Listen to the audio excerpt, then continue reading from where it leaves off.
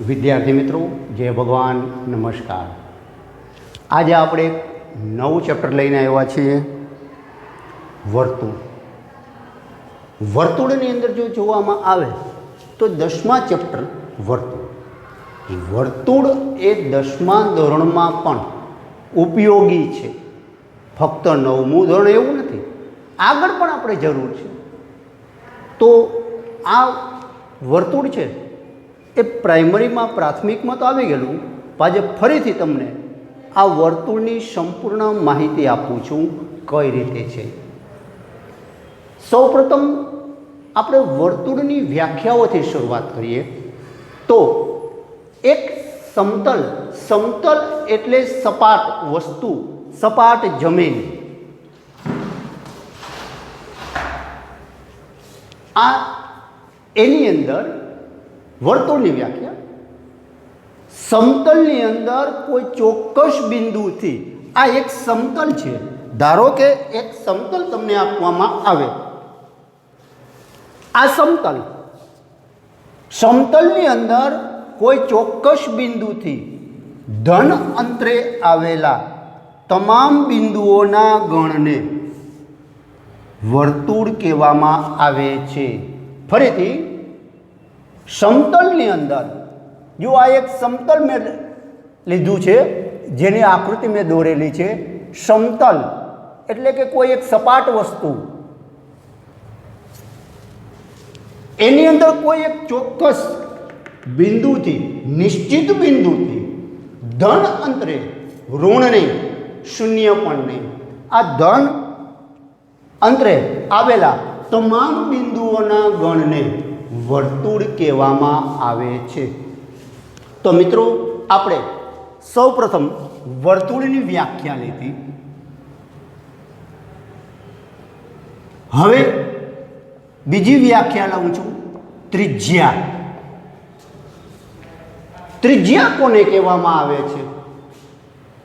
તો કેન્દ્રથી, આ કેન્દ્ર, કેન્દ્રથી ધન અંતરે આવેલી રેખાખંડ, ધ્યાન રાખજો, ધન અંતરે આવેલું ઋણને, કેન્દ્રથી વર્તુળ સુધીના, વર્તુળ સુધી દોરેલ રેખાખંડને ત્રિજ્યા કહેવામાં આવે છે. કેન્દ્રથી વર્તુળ સુધી, જુઓ, કેન્દ્રથી વર્તુળ સુધી દોરેલ રેખાખંડને ત્રિજ્યા કહેવામાં આવે છે. બીજું, ત્રિજ્યા છે એ એના બંને અંત્ય બિંદુઓની વાત કરવામાં આવે તો બંને અંત્ય બિંદુઓમાંથી એક અંત્ય બિંદુ કેન્દ્ર ઉપર હોય અને બીજું અંત્ય બિંદુ વર્તુળ ઉપર આવેલ હોય તો એને ત્રિજ્યા કહેવામાં આવે છે. અંત્ય બિંદુ એટલે અંતિમ બિંદુ, જેને આપણે છેડો કહીએ છીએ. જેમ દોરો હોય, દોરો ગમે એટલો લાંબો હોય, એનો છેડો તો છે જ. એમ એના બે છેડાને, સાદી ભાષામાં, આપણી ભાષામાં વાત કરીએ તો આ રેખાખંડના બે છેડામાંથી એક છેડો કેન્દ્રમાં અને બીજો છેડો વર્તુળ પર હોય તો એવા રેખાખંડને વર્તુળની ત્રિજ્યા કહેવામાં આવે છે. બીજું, એક જ વર્તુળ, આ જ વર્તુળની વાત કરવામાં આવે છે, એક જ વર્તુળની અંદર જેટલી પણ ત્રિજ્યાઓ હોય એ દરેક ત્રિજ્યાઓ એકરૂપ હોય છે. એકરૂપ એટલે એક સરખું માપ. આ ઓ કેન્દ્ર છે, ઓ એ એની ત્રિજ્યા. હવે બીજી ત્રિજ્યા ધરું, ઓ બી, ઓ સી, ઓ ડી, કોઈ પણ તમે દોરો, આ બધી જ ઓ એ, ઓ બી, ઓ સી, જુઓ કેન્દ્ર હોવું જોઈએ. તો એવી ત્રિજ્યાઓનું માપ એક સમાન, એકરૂપ હોય છે, સમાન પણ હોય છે. હવે આ ત્રિજ્યાની વાત થઈ. હવે આપણે આગળ જોશું તો એમાં જોવામાં આવે તો વ્યાસ. વ્યાસ જોઈએ તો વ્યાસનું શું છે?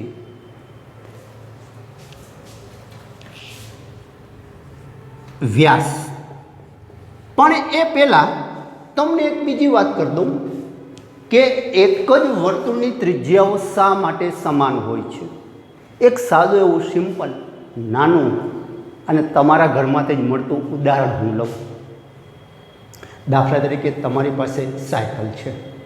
સાયકલનું કોઈ પણ એક વ્હીલ એટલે વર્તુળ, એની ધરી એટલે કેન્દ્ર. ઓકે, બરાબર. ફરીથી સાયકલનું વ્હીલ, કોઈ પણ એક જ વ્હીલ લેવાનું, બીજું વ્હીલ નહીં લેવાનું. આ એક જ વ્હીલ, એની જે રિંગ છે એ વર્તુળ. આની અંદર જે આરા આપેલા છે, આ બધા આરાઓ છે, એમાં એ કેન્દ્ર, આ એ ત્રિજ્યાઓ, અને અહીંયા જે ધરી હોય છે એને આપણે કેન્દ્ર લીધેલું છે. તો જુઓ, સાયકલના એક જ વ્હીલના બધા જ આરાઓનું માપ સમાન હોય છે. જો એમાં એક પણ આરો નાનો કે મોટો આવી જાય તો એ રિંગની અંદર ફિટ થતો નથી. બસ આ એક છે, બીજું કાંઈ નહીં. જો આપણે આ વ્યવહારિકની અંદર યાદ રાખશું ને મિત્રો, તો આપણને ઘણું બધું સમજાઈ જશે. આપણે વ્યવહારિક યાદ નથી રાખતા, એટલા માટે આપણને થોડીક મુશ્કેલી પડે છે. આગળ વધીએ.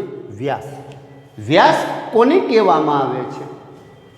તો જુઓ, વ્યાસની હું વાત કરું તો જે રેખાખંડના બંને અંત્ય બિંદુઓ, જે રેખાખંડના બંને અંત્ય બિંદુઓ વર્તુળ ઉપર હોય અને કેન્દ્રમાંથી પસાર થાય, કેન્દ્રમાંથી, ફરીથી જે રેખાખંડના બંને અંત્ય બિંદુઓ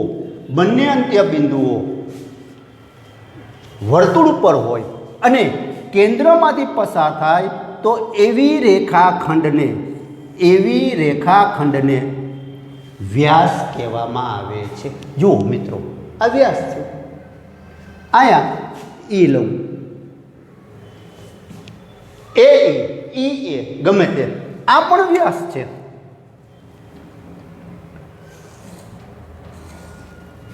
આ બધા જ વ્યાસ હું દોરું છું.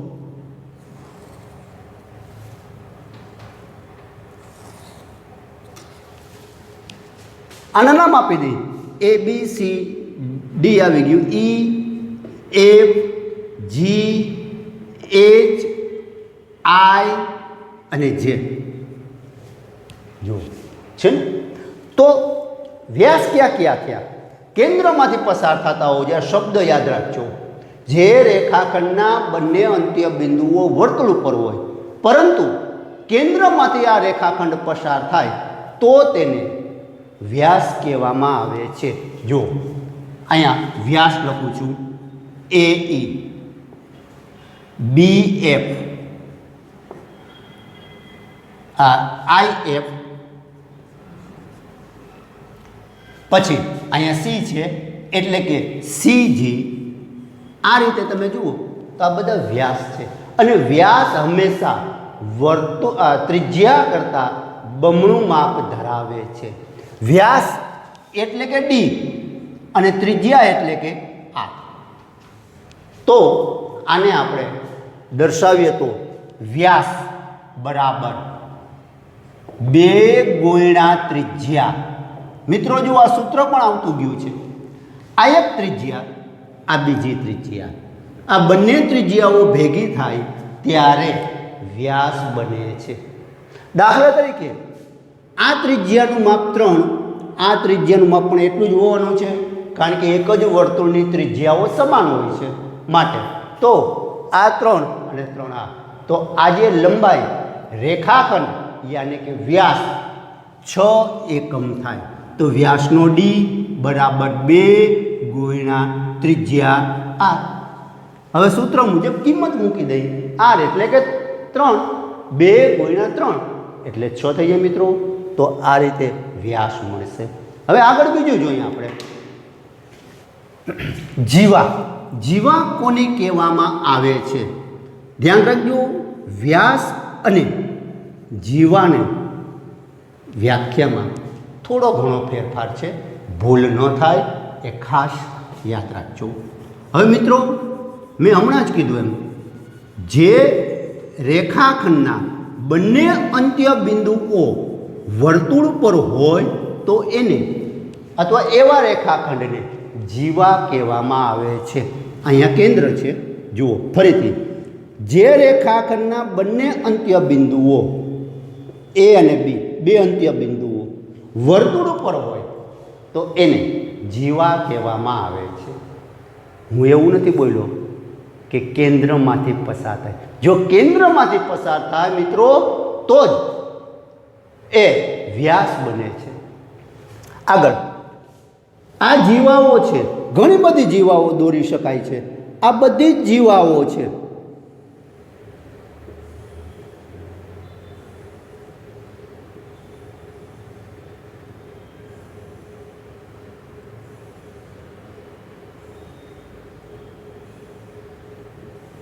હવે એક વસ્તુ તમે જુઓ, નોંધ કરો કે કેન્દ્ર છે, કેન્દ્રથી જેમ દૂર જઈએ એમ જીવાનું માપ નાનું થતું જાય છે, ઓછું થતું જાય છે. અને જેમ કેન્દ્ર તરફ જાઓ, તમે કેન્દ્ર તરફ જાઓ એમ જીવાનું માપ મોટું થતું જાય છે. હવે આ આપણે વાત થઈ. હવે થોડીક આપણે બીજી ચર્ચા પણ એમાં કરશું કે અમુક વ્યાખ્યાઓ જે છે એ આપણે લઈએ મિત્રો. તો જુઓ, ચાપની વાત કરીએ. ચાપ કોને કહેવામાં આવે છે? હવે ચાપ લઈશું તો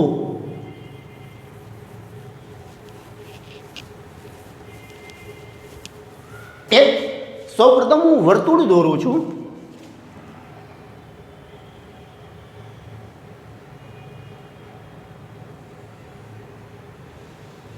આ વર્તુળ કેન્દ્ર, કેન્દ્રનું નામ આપણે કોઈ પણ આપી શકીએ છીએ. અહીંયા પી બિંદુ, અહીંયા ક્યુ બિંદુ અને અહીંયા આર. વસ્તુ યાદ રાખો કે ત્રણ અસમરેખ બિંદુથી વર્તુળ રચી શકાય છે. ત્રણ અસમરેખ બિંદુ હોવા જોઈએ. તો જુઓ, હવે ચાપ કોને કહેવામાં આવે છે એ તમને કહું છું કે વર્તુળ પરના કોઈ પણ બે બિંદુઓ વચ્ચેનું આ વર્તુળ છે, એના કોઈ પણ બે બિંદુ, પછી પી અને ક્યુ, આ આપણે અહીંયા થોડું ઘાટું કરીએ છીએ જેથી કરીને તમને ખ્યાલ આવે મિત્રો. આ પી અને ક્યુ વચ્ચેના વર્તુળનો ભાગ, જે વર્તુળનો ભાગ છે તેને ચાપ કહે છે. અને ચાપની છે ને મિત્રો, એ ઊંધી ટોપી, ઊંધો વાટકો એવી નિશાની છે. હવે ચાપ બે થયા. આ એક જુઓ નાનો ભાગ છે અને એક મોટો ભાગ છે. તો નાનો ભાગ કોને કહેવાય? મોટો ભાગ એને આપણે શું કહેશું? નાનો ભાગ છે એને લઘુ ચાપ. લઘુ ચાપ. હવે લઘુ ચાપને લખવું હોય તો એ ચાપ પી ક્યુ, એટલે પીથી શરૂઆત કરવાની ક્યુ સુધી. બાકીનો જે ભાગ છે અહીંથી આ જે ભાગ એ ગુરુ ચાપ. ગુરુ એટલે મોટું, ગુરુ ચાપ. તો એમાં ચાપ P R Q. P R Q એટલા માટે કે પીથી શરૂઆત કરો, પછી આર જાઓ, પછી ક્યુ. તમે ખાલી આ રીતે ન લખી શકો. તો આ પણ ગુરુ ચાપ ને આ પણ લઘુ ચાપ. હું ખાલી ચાપ પી ક્યુ લખું તો શું? તો લઘુ કોણ, ગુરુ કોણ ખબર ન પડે. એટલે સ્પષ્ટતા કરવા માટે આપણે આ લેશું, આને લેવાય નહીં. આ ચાપની વાત થઈ મિત્રો. હવે બે ચાપ, ત્રીજી ચાપ જોતી હોય તો અર્ધ વર્તુળ. વર્તુળના બે સરખા ભાગ કરવાથી જે મળે છે એને ચાપ, આ લઘુ ચાપ કહેવામાં આવે છે. તો મિત્રો આપણે આ માહિતી લીધી. હવે હું તમને એક આકૃતિ દોરું છું.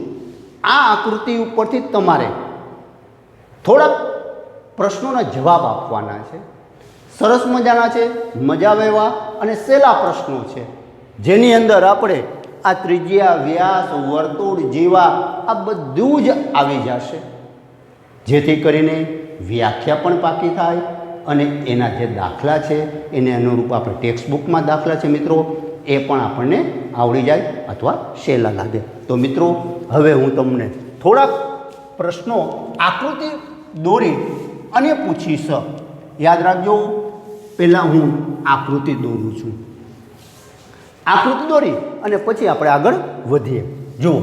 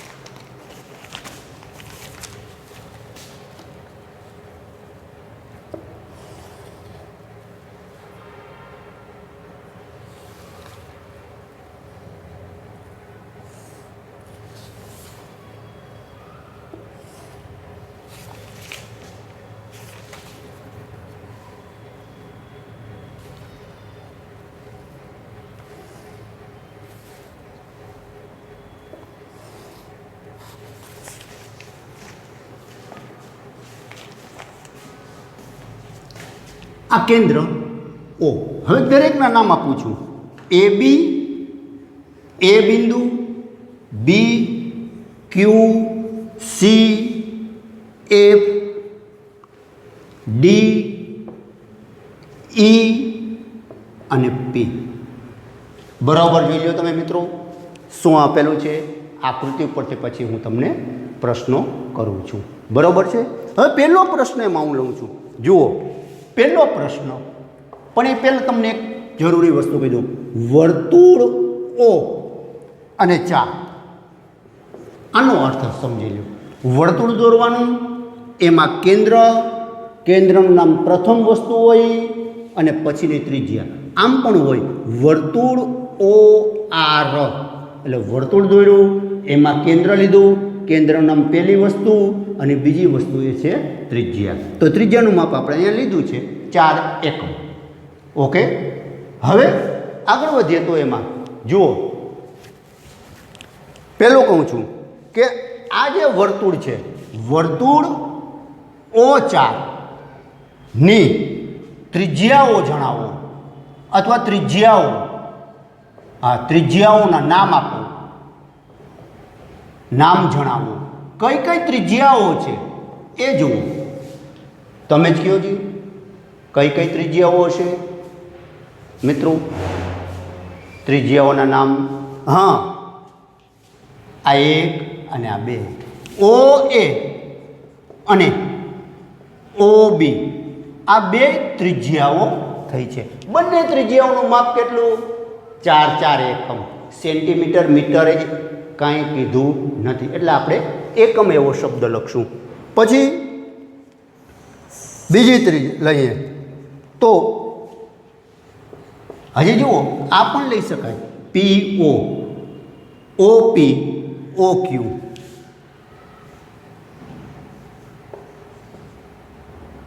PO, OQ, આ 4 મળે છે.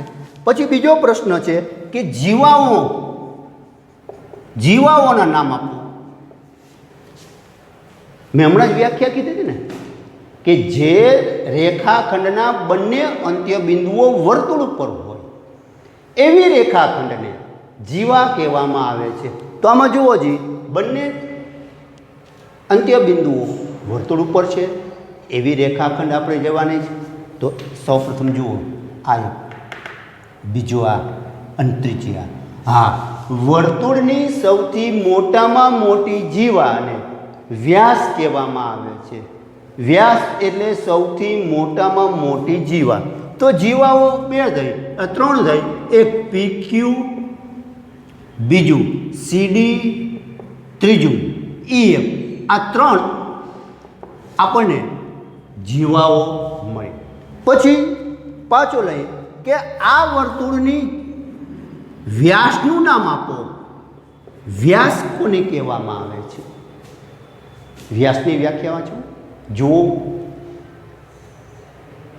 હા, જે રેખાખંડના બંને અંત્ય બિંદુઓ વર્તુળ ઉપર હોય પરંતુ કેન્દ્રમાંથી પસાર થાય. જુઓ, આ બંને જે કેન્દ્રમાંથી પસાર થતા નથી, તો એવા રેખાખંડને વ્યાસ ન કહેવાય. આ એક જ રેખાખંડ એવી છે કે જે કેન્દ્રમાંથી પસાર થાય છે, તો એને આપણે વ્યાસ કહેશું.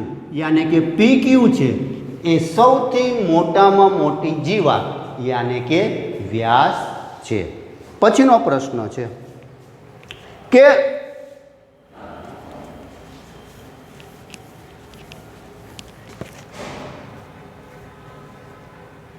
ચોથો પ્રશ્ન, વર્તુળ O4 એમાં OA અને OB નું માપ શોધો.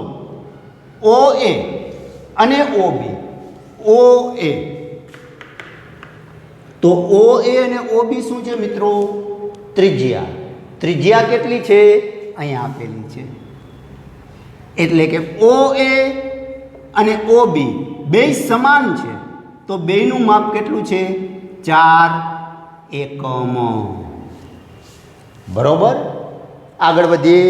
બીજો પ્રશ્ન, એના પછીનો લઈએ 5મો પ્રશ્ન. વર્તુળ O4 માટે વ્યાસનું માપ, વ્યાસ શું છે? જુઓ, PQ નું માપ શોધો. મેં હમણાં જ અહીંયા સૂત્ર લખ્યું હતું, વ્યાસ બરાબર 2 ગુણ્યા ત્રિજ્યા. તો 2 ગુણ્યા ત્રિજ્યા, ત્રિજ્યા કેટલી છે? 4. તો મિત્રો 2 ગુણ્યા 4 યાને કે 8. તો આમ વ્યાસનું માપ 8 એકમ આવે. તો મિત્રો આ એની પ્રાથમિક માહિતી. નેક્સ્ટ ટાઈમ પાછો આનો બીજો વિડીયો હું મૂકીશ, ત્યારે એમાં આપણે પ્રમેય વિશે થોડીક ચર્ચા કરશું. ત્યાં સુધી રજા આપો. જય હિન્દ, જય ભારત.